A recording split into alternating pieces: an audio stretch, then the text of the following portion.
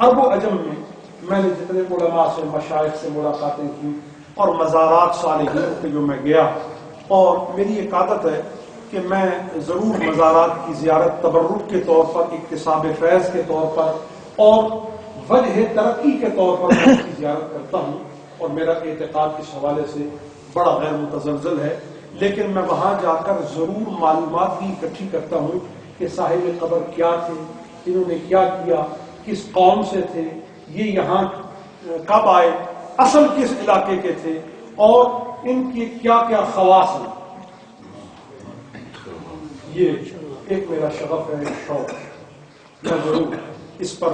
بھی کام کرتا ہوں، دیکھتا ہوں، اور جن لوگوں نے میرے ساتھ بیرونی ممالک کا سفر کیا ہے، شاید یہاں ان میں سے کچھ لوگ موجود ہوں، وہ بھی اس کے گواہ ہیں کہ مجھے خود اپنی تصویریں مزار پر بنوانے کا شوق نہیں ہے، مگر مزارات کی کتبوں کی تصاویر جس میں اس پر تحریر پوری طرح نمایاں ہو، یہ میرے بنیادی شوقوں میں ہے، اور میرے پاس خاصا ذخیرہ بحمد اللہ تعالی موجود ہے، جس میں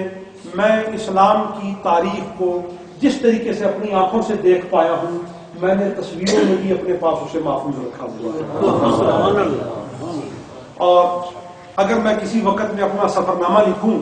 تو انشاءاللہ میرے بعد میرے حوالے سے لوگوں کو پڑھنے میں ایک مفید معلومات ملے گی کہ کوئی شخص تھا جس نے دین کے حوالے سے کوئی شوق رکھا تھا اور اپنی سیاحت کو بھی دین کے علم میں اضافے کے موجب کے طور پر، شغل کے طور پر اختیار کیا تھا۔ تو اس لیے یہ باتیں آپ کو کہتا ہوں جتنا میں نے سیر و سیاحت میں دیکھا، اور یہ بات آپ مانیں گے جن کو تجربہ ہے، اور جن کو نہیں ہے انشاءاللہ تجربہ ہونے پر مان جائیں گے کہ کتاب پڑھنے سے وہ کچھ نہیں جان سکتے جو سیر فی الارض سے جانتے ہیں۔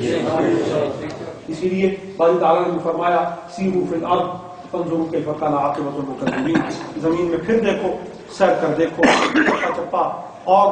سمت پر سمت زمین کو دیکھو اور ایکسپلور کرو، اس میں اکتشاف کرو، اس میں ڈھونڈو، اس کے اندر تلاش کرو، اس کے اندر حقیقت کو پانے کی کوشش کرو کہ ہم نے اپنی قدرت کے جو راز بکھیر رکھے ہیں ان میں سے تم کس قدر جان سکتے ہو۔ اور الحمدللہ اپنے بزرگوں کی دعاؤں سے ہم نے بھی بہت کچھ جاننے کی کوشش کی، اور ان کی توجہ سے جو خیر ملی بحمدللہ تعالی وہ از نوع خیر ہی نصیب ہوئی۔ اچھا، تو اب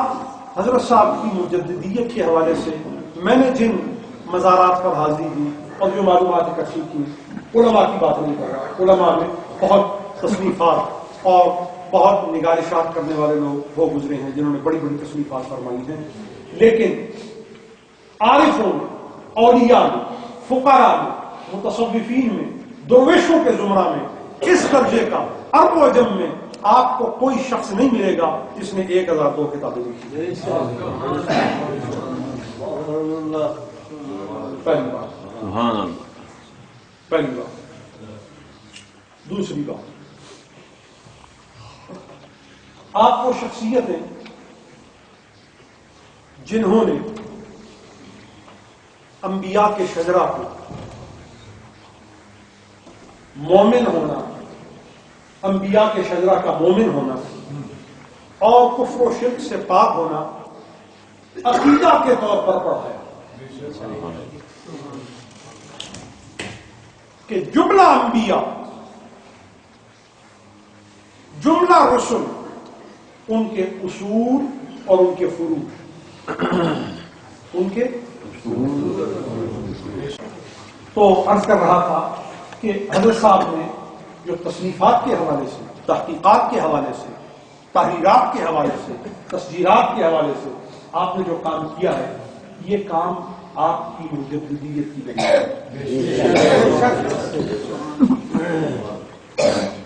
پھر انبیاء کے اصول و فروع کا مومن ہونا اور کفر و شرک سے پاک ہونا۔ مثلا حضرت ابراہیم علیہ السلام کے والد کا معاملہ میں تفصیلات میں نہیں جاتا، حافظ صاحب نے بھی بیان کر دیا ہے اور اس سے پہلے میں بھی بیان کر چکا ہوں، اب تاثیر حاصل ہو اور وقت کے دامن میں اتنی گنجائش نہیں ہے کہ رات کی اس نزاکت کو میں بالائے طاق رکھ کے اپنی گفتگو کو دور دور موجود نہیں ہے. تو حضرت ابراہیم علیہ السلام کے والد کا معاملہ، حضرت نوح علیہ السلام کی طرف ایک شخص کا بطور بیٹا منسوب کر دینا جو کنعان ہے، جبکہ صاحب طبقات نے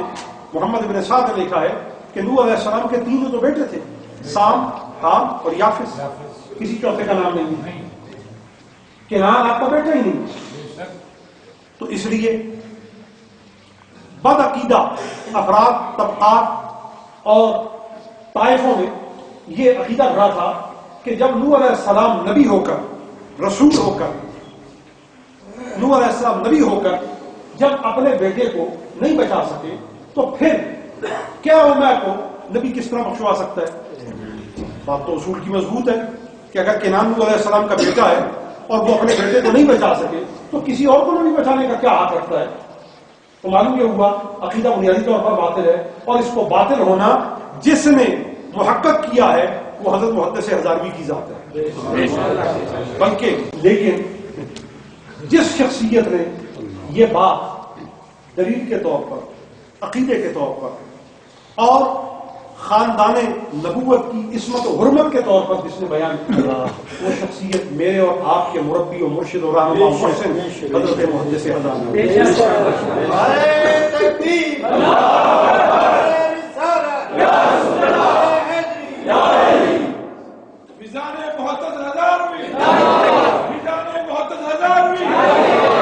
قرآن میں سیدنا لوط علیہ السلام کا ذکر جہاں آتا ہے وہاں پہ دو عورتوں کا ذکر کیا جاتا ہے، اور عبارت النص میں کچھ اس حوالے سے اشارہ ہے کہ ان سے خیانت ہوئی. ان سے خیانت ہوئی، بولیے نا. اب جب وہ خیانت کے حوالے سے ذکر ہوا تو شارحین نے، مفسرین نے، اہل توضیح نے یہ لکھا کہ وہ نبی کی بیویاں تھیں. اب میرا ذوق تعظیم انبیاء اس بات کی اجازت نہیں دیتا کہ میں لفظ زنا کا انتساب منصوبات نبویہ کی طرف کروں. اگرچہ ہماری تفاسیر میں یہ پروویژن ہے کہ نبی کی بیوی کافرہ تو ہو سکتی ہے، نہ نبی کی بیوی زانیہ تو ہو سکتی ہے، کافرہ نہیں ہو سکتی. یہ ہماری تفاسیر میں موجود ہے کہ نبی کی بیوی زانیہ تو ہو سکتی ہے، کافرہ نہیں ہو سکتی، کیونکہ